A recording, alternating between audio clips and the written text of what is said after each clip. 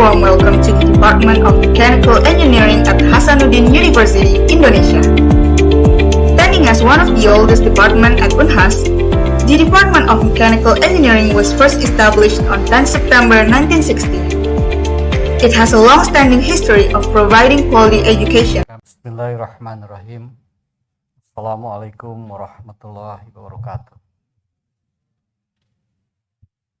Yang terhormat Ibu Rektor, alhamdulillah sudah bersama-sama kita. Saya para wakil rektor, sekretaris universitas. Pada kesempatan ini pula pimpinan Majelis Wali Amanah diwakili oleh Profesor Indiati Sudirman berada di tengah-tengah kita. Ketua Dewan Guru Besar, Ustaz Sekretaris dan anggota, terima kasih atas kebersamaan kita. Sekretaris Senat Akademik beserta anggota Senat Akademik, baik yang luring maupun yang daring, Bapak Dekan Fakultas Teknik beserta para guru besar yang menyertainya, keluarga besar dari Profesor Dr. Ing Wahyu Haryadipyarah MSME, keluarga besar dari Profesor Dr. Sule yang bersama-sama kita hadir pada hari ini. Dengan memohon ridho dan rahmat Allah Subhanahu wa taala, penerimaan jabatan profesor dari Saudara Profesor Dr. Ing Insinyur Wahyu Haryadipyarah MSME dan Profesor Dr. Sule MT, saya buka secara resmi dengan ucapan Bismillahirrahmanirrahim. Kami mengundang Profesor Dr. Ing Insinyur Wahyu Haryadipyarah MSME yang akan membacakan pidato pembukaannya berjudul Fenomena Perpindahan Panas atau Kalor dan Aplikasinya dalam Kehidupan Sehari-hari. Silakan.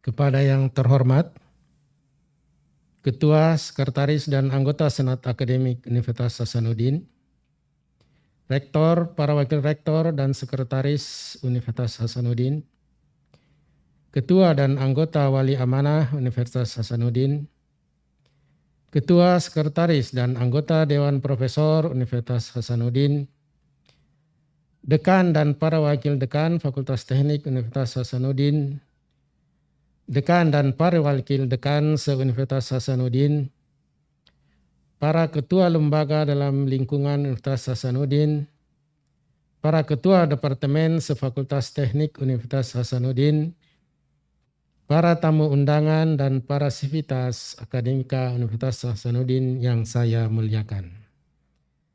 Assalamualaikum warahmatullahi wabarakatuh. Pertama-tama marilah kita panjatkan puji syukur kehadirat Allah Subhanahu wa taala karena berkat rahmat dan hidayahnya kita dapat berkumpul di tempat terhormat ini untuk menghadiri pidato penerimaan guru besar Universitas Hasanuddin. Salawat dan salam kami sampaikan pada Nabiullah Muhammad sallallahu alaihi wasallam yang telah memberikan petunjuk untuk menjalani hidup dan kehidupan di bumi ini. Alhamdulillah saya dapat berdiri di mimbar akademik yang membanggakan ini guna menyampaikan pidato penerimaan jabatan saya sebagai guru besar tetap pada Fakultas Teknik Universitas Hasanuddin dalam bidang perpindahan panas dan massa. Pada kesempatan yang sangat berbahagia ini, izinkanlah saya untuk menyampaikan orasi ilmiah yang berjudul Fenomena Perpindahan Panas atau Kalor dengan Aplikasinya dalam Kehidupan Sehari-hari. Judul ini saya angkat untuk memberikan pemahaman kepada kita semua bahwa banyak sumber-sumber energi yang dapat kita manfaatkan untuk mengatasi kurangnya daya dukung energi fosil saat ini. Ibu, Bapak hadirin hadirat yang saya hormati. Kalor atau panas adalah salah satu bentuk energi yang seperti halnya energi listrik, energi kimia, ataupun energi mekanik. Energi panas banyak sekali tersedia di alam ini. Salah satu sumber energi panas terbesar yang tersedia di sekitar kita adalah sinar matahari. Energi sinar matahari yang tiba di atmosfer berkisar 1360 watt per meter bujur sangkar. Dan yang tiba di permukaan bumi bisa mencapai 1000 watt per meter bujur sangkar pada keadaan udara cerah.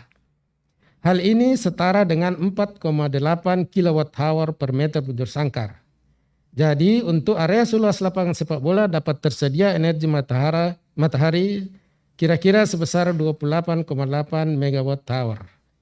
Ini menunjukkan betapa besarnya rahmat Allah yang dapat kita manfaatkan untuk kepentingan umat manusia yang tentunya melalui pemanfaatan teknologi.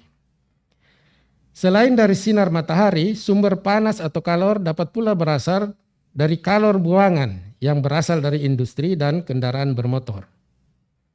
Secara kasar, sepertiga dari konsumsi energi pada bagian industri manufaktur di Amerika Serikat terbuang percuma ke udara atmosfer atau ke sistem pendinginnya. Besar rugi-rugi ini diperkirakan lebih dari 10 quotes per tahun atau setara dengan 1,72 juta barel minyak per tahun. Data di atas belum termasuk rugi-rugi energi dari negara-negara industri lainnya seperti Jerman, Jepang, dan Inggris. Sampai saat ini kira-kira 65% energi kalor yang dihasilkan dari proses pembakaran pada kendaraan bermotor akan terbuang percuma pada sisi-sisi mesin ataupun diserap oleh cairan pendingin pada radiator dan juga dalam bentuk gas buang yang keluar dari knalpot. Di Indonesia, 50% penggunaan BBM didominasi oleh sektor transportasi dan separuhnya dipakai untuk kendaraan pribadi roda 4 yaitu 0,25 juta barel minyak per hari atau sekitar 180 juta barel minyak per tahun. Dari uraian ini terlihat begitu besar energi kalor yang terbuang dan harus mendapat perhatian khusus. Setelah mengetahui kalor dan pemanfaatannya, maka pengetahuan tentang fenomena perambatan atau perpindahan kalor menjadi hal yang mutlak untuk diketahui agar dapat mengambil manfaat secara maksimal. Berdasarkan fenomenanya, kalor berpindah dari suatu tempat ke tempat lain akibat adanya perbedaan temperatur. Untuk lebih memahami cara kalor berpindah, dibuatlah analogi dengan perpindahan bola dari suatu pemain ke pemain lain pada permainan bola basket. Bola tersebut dapat berpindah dengan 3 cara. Cara pertama adalah bola diserahkan langsung kepada si penerima tanpa harus berpindah posisi jika si penerima berada tepat di sebelah si pemberi. Tetapi jika si penerima cukup jauh, maka ada 2 kemungkinan lain yang dapat dilakukan, yaitu bola tersebut dibawa ke si penerima dengan berjalan atau berlari ke arah si penerima, ataupun bola tersebut dilempar. Jadi kata serah bawa lempar adalah bahasa Indonesia yang dalam ilmu perpindahan panas atau kalor dikenal dengan istilah konduksi, konveksi, dan radiasi, di mana molekul-molekul zat bertindak sebagai pembawa ataupun penerima kalor. Ibu bapak hadirin yang saya hormati, dengan kemajuan teknologi saat ini ada beberapa perangkat modul yang dapat mengubah energi panas atau kalor atau cahaya menjadi energi listrik, yaitu termoelektrik dan fotovoltaik. Fotovoltaik adalah perangkat teknologi yang dapat mengubah energi radiasi matahari dalam bentuk foton menjadi energi listrik pada outputnya. Fotovoltaik terdiri dari 2 kata, foto dan volta. Foto dalam bahasa Yunani berarti cahaya dan volta adalah nama fisikawan Italia Alessandro Volta yang menemukan tegangan listrik. Jadi dikatakan fotovoltaik berarti konversi cahaya menjadi tegangan listrik yang biasa disingkat dengan PV. Dewasa ini solar panel atau PV menjadi program unggulan dari Kementerian ESDM dalam memenuhi kebutuhan energi listrik 35.000 MW. Pada Departemen Mesin Unhas sendiri telah melakukan kolaborasi antara perpindahan panas pada masa dengan laboratorium kontrol dan robotika dalam mengaplikasikan fotovoltaik pada kursi roda untuk rumah sakit dan pada mesin pemotong rumput otomatis yang dibuat dalam bentuk prototipe dan dilengkapi dengan sistem kendali otomatis agar lebih mudah dalam pengoperasiannya. Sedangkan termoelektrik adalah suatu perangkat teknologi yang dapat mengubah energi kalor menjadi energi listrik atau sebaliknya mengkonversi energi listrik menjadi potensial temperatur yang dapat dimanfaatkan sebagai pendingin. Prinsip kerja termoelektrik pertama kali ditemukan dalam seorang fisikawan Jerman bernama Thomas Seebeck. Seebeck menemukan fenomena terbentuknya aliran listrik akibat adanya potensial tegangan ketika dua material logam berbeda dihubungkan dalam satu rangkaian tertutup, di mana kedua sambungan logam tersebut dipertahankan pada temperatur berbeda. Setelah pertemuan Seebeck, beberapa tahun kemudian, tepatnya pada tahun 1834, seorang ilmuwan Perancis bernama Jean-Charles Athanase Peltier yang kembali meneliti efek ini, menemukan fenomena kebalikannya, di mana jika arus listrik dialihkan dalam suatu rangkaian tertutup terdiri dari sambungan dua material yang logam berbeda, maka satu sisi akan terjadi penyerapan kalor dan sisi lain akan terjadi pelepasan kalor. Saat ini penggunaan termoelektrik sudah mulai luas akibat dari makin langkanya bahan bakar fosil. NASA sendiri mulai memanfaatkan teknologi ini sebagai sumber energi pada tahun 1977, yaitu pada saat penerbangan pesawat ruang angkasa Voyager 1 dan 2. Teknologi ini juga telah digunakan oleh salah satu perusahaan elektronik Toshiba yang memanfaatkan panas yang dihasilkan dari komputer untuk menggerakkan kipas yang diarahkan ke sumber panas untuk memanfaatkan pendinginan. Dengan keberhasilan ini terbuka peluang pemanfaatan termoelektrik untuk meningkatkan efisiensi suatu sistem pembangkit listrik atau sebagai pendingin serta riset-riset lainnya. Saat ini Departemen Teknik telah mengembangkan prototipe kotak pendingin mini yang dapat digunakan pada mobil dengan memanfaatkan energi panas buangan yang terdiri dari kendaraan itu sendiri. Kotak pendingin ini dapat dimanfaatkan agar minuman yang dibawa bisa tetap dingin dan terhindar dari sinar matahari yang dapat membahayakan kesehatan. Keuntungan lain dari TEG adalah tidak menggunakan kompresor, tidak menimbulkan suara berisik, dan juga tidak menggunakan freon, sehingga tidak menimbulkan efek rumah kaca. Bapak, Ibu, hadirin yang saya hormati. Kombinasi termoelektrik dan fotovoltaik. Tidak semua energi matahari yang tiba pada suatu permukaan PV dapat dikonversikan menjadi energi listrik, karena sebagian akan berubah menjadi kalor atau panas. Oleh karena itu, beberapa peneliti telah mencoba untuk mengkombinasikan PV dengan TEG dengan meletakkan TEG di bawah PV untuk menangkap panas atau kalor yang terbuang.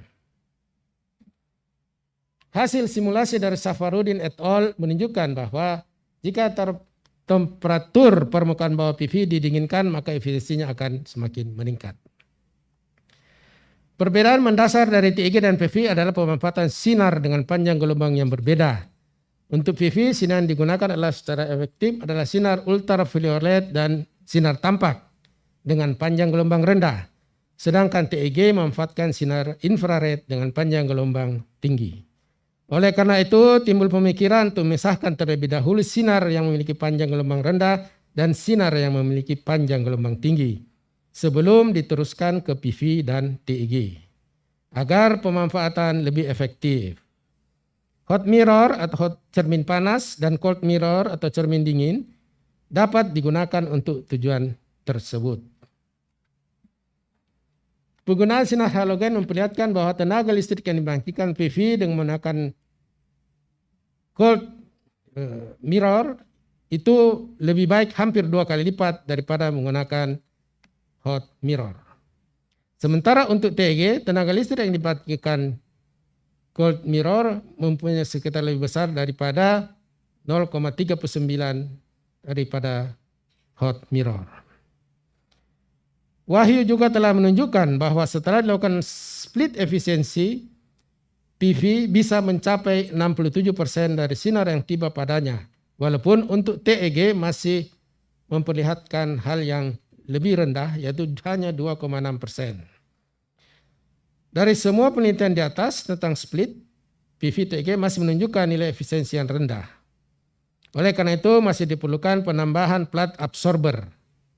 Dan hasil eksperimen untuk 3 plat absorber, aluminium, besi, dan tembaga menunjukkan bahwa terdapat kenaikan tegangan dengan penambahan plat absorber sebesar 2,41 kali 5,25 kali, dan 5,6 kali untuk masing-masing aluminium, besi, dan tembaga.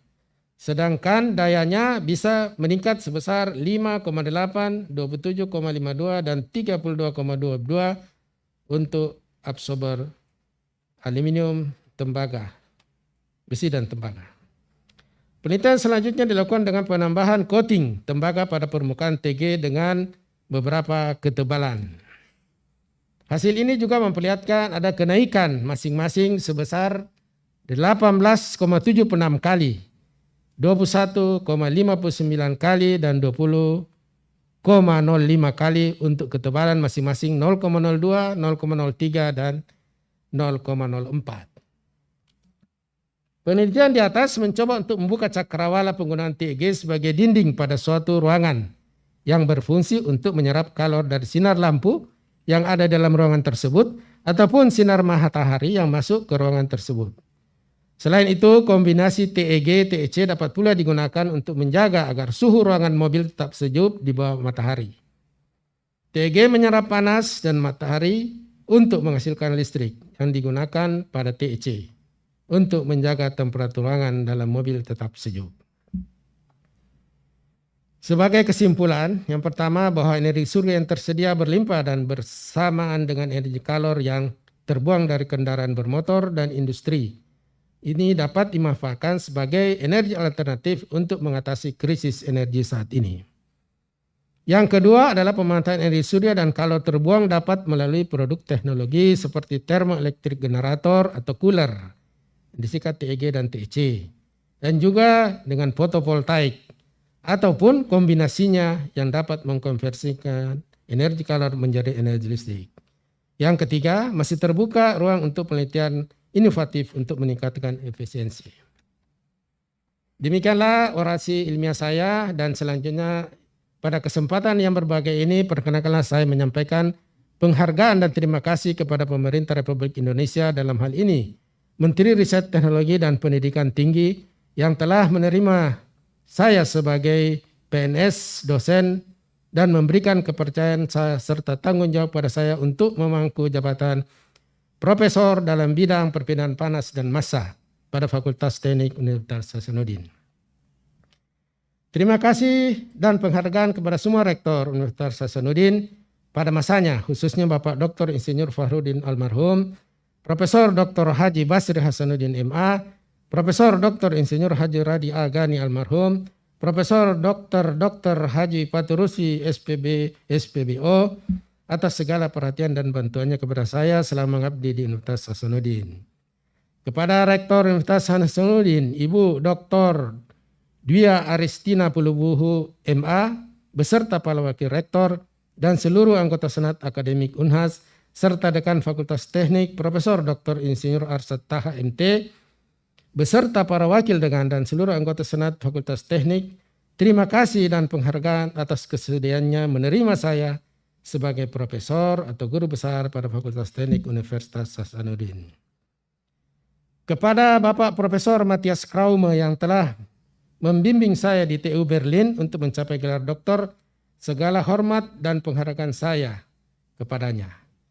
Juga kepada dosen senior dan kolega saya di Fakultas Teknik Unhas, khususnya Profesor Dr. Insinyur Sukri Himran, Profesor Dr. Insinyur Effendi Arif, Insinyur Ridya Salam almarhum, dan Dr. Insinyur Suryati Jafar, Dr. Andi Erwin Eka Putra, Dr. Eng Jalaluddin Haddad, Dr. Eng Novriani Amalia, atas kerjasamanya selama ini dalam mendidik mahasiswa kita, khususnya dalam bidang pendingin dan pemanas.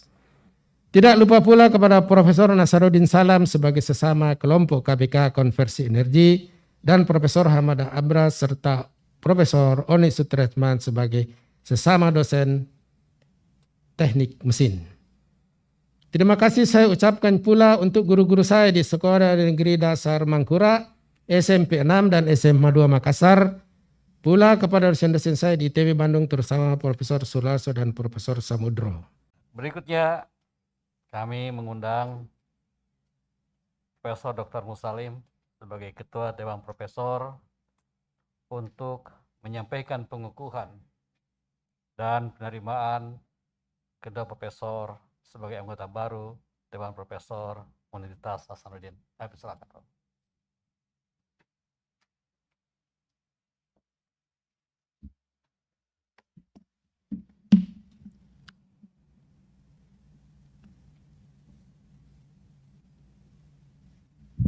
Bismillahirrahmanirrahim. Assalamualaikum warahmatullahi wabarakatuh.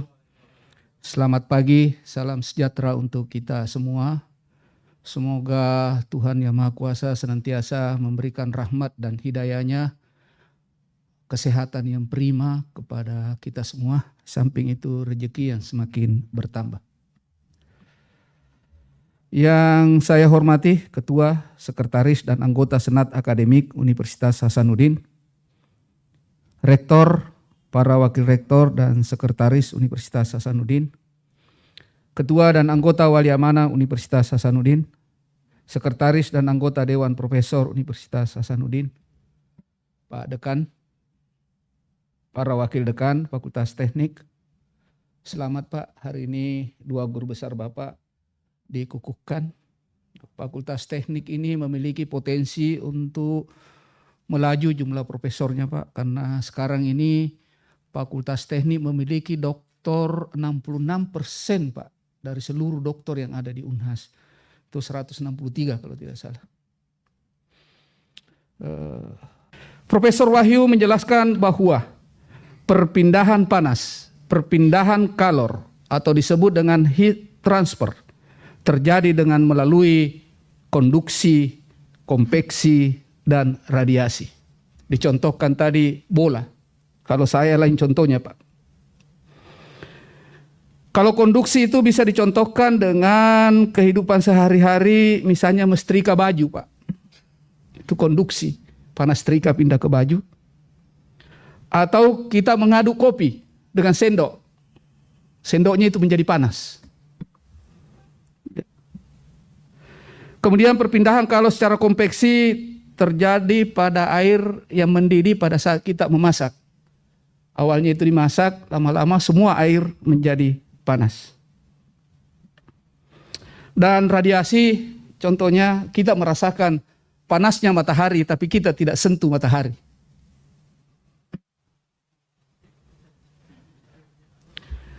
Hadirin yang saya hormati, program pengembangan energi alternatif seperti energi angin, sel matahari atau solar cell, atau ocean thermal energy conversion, panas bumi dan lainnya perlu mendapatkan perhatian yang serius, baik dari pemerintah, industri, perguruan tinggi, dan masyarakat. Selain pengembangan energi alternatif, perhatian mengenai penghematan energi atau konversi energi perlu juga mendapat perhatian yang sama. Karena dengan menghemat energi atau meningkatkan efisiensi termal suatu sistem energi dapat memperpanjang habisnya persediaan bahan bakar yang berasal dari fosil. Kebutuhan energi nasional semakin meningkat seiring dengan laju pertumbuhan ekonomi nasional, sehingga diperlukan adanya upaya untuk menjamin ketersediaan energi secara berkesinambungan dalam jumlah dan mutu yang cukup dengan tingkat harga yang wajar. Dengan demikian, berkurangnya energi yang berasal dari fosil, manusia berusaha untuk menemukan sumber energi alternatif baru. Profesor Wahyu mengemukakan solusi yang bisa digunakan untuk membangkitkan energi dan ramah lingkungan, yaitu dengan memanfaatkan energi matahari dengan perangkat atau modul yang dapat mengubah energi panas kalor cahaya menjadi energi listrik, yaitu dengan fotovoltaik sebagai wujud teori radiasi. Dan termoelektrik sebagai perangkat teknologi yang dapat mengubah energi menjadi energi listrik dengan berprinsip pada efek Seebeck dengan memanfaatkan fenomena konduksi. Atau sebaliknya, mengkonversikan energi listrik menjadi potensial temperatur yang dapat dimanfaatkan sebagai pendingin dengan berprinsip pada efek Peltier. Saat ini, pengembangan PLTS di Indonesia telah mempunyai basis yang cukup kuat dari aspek kebijakan. Namun pada tahap implementasinya potensi yang ada belum dimanfaatkan secara optimal. Secara teknologi, industri fotovoltaik di Indonesia baru mampu melakukan pada tahap hilir, yaitu memproduksi modul surya dan mengintegrasikannya menjadi PLTS. Sementara sel suryanya masih impor. Padahal sel surya adalah komponen utama dan yang paling mahal dalam sistem pembangkit listrik tenaga surya. Harga yang masih tinggi menjadi isu penting dalam perkembangan industri sel surya. Berbagai teknologi pembuatan sel surya terus diteliti dan dikembangkan dalam rangka upaya menurunkan harga produk sel surya agar mampu bersaing dengan sumber energi lain. Dengan asumsi penguasaan pasar hingga 50%, pasar energi surya di Indonesia sudah cukup besar untuk menyerap keluaran dari suatu pabrik sel surya berkapasitas hingga 25 megawatt per tahun. Hal ini tentu merupakan peluang besar bagi perguruan tinggi. Misalnya Universitas Hasanuddin ini bekerja sama dengan industri lokal untuk mengembangkan bisnis kepabrikasi sel surya. Efisiensi pembangkit listrik tenaga gas dan uap atau sistem termal lainnya yang hanya sekitar 30-40% saja, walaupun sudah ada beberapa teknologi yang digunakan untuk memanfaatkan panas buang, misalnya dengan sistem combined cycle. Namun demikian, panas yang dibuang ke lingkungan masih cukup besar. Sektor transportasi merupakan sektor penghasil panas buang yang cukup besar, di mana efisiensi kendaraan bermotor masih sekitar 40% saja. Sementara sisanya dibuang ke lingkungan begitu saja. Rata-rata energi yang termanfaatkan hanya 34%, sementara sisanya dibuang ke lingkungan. Saya bersama teman dari Fakultas Teknik, Pak Nasaruddin Aziz, melakukan penelitian gas buang pabrik beras, Pak. Ternyata gas buangnya itu bisa mencapai 300 derajat Celcius, Pak. Itu yang kami manfaatkan untuk mengeringkan gabah. Penerimaan jabatan Profesor Universitas Hasanuddin ditutup oleh Ketua Senat Universitas Hasanuddin. Bapak, Ibu hadirin sekalian yang luring dan yang daring, tadi disampaikan bahwa nomor keanggotaan Profesor Wahyu adalah 420, Profesor Luther Sule adalah 421. Tetapi sesungguhnya yang masih hidup itu hanya 292. Di sekian banyak sudah meninggalkan kita dan kita antri di belakangnya. Bapak Ibu sekalian, saya kira kita sudah menjalani acara ini dari awal sampai akhir. Pada akhir ini kami mengucapkan terima kasih atas kesabaran untuk mengikuti acara ini dengan hikmat dan tertib. Maka mari kita ucapkan puji syukur kehadirat Allah Subhanahu wa taala bahwa penerimaan jabatan profesor telah berlangsung dengan hikmat, dan mari kita tutup dengan mengucapkan lafaz hamdalah alhamdulillahirabbil alamin. Terima kasih. Assalamualaikum warahmatullahi wabarakatuh.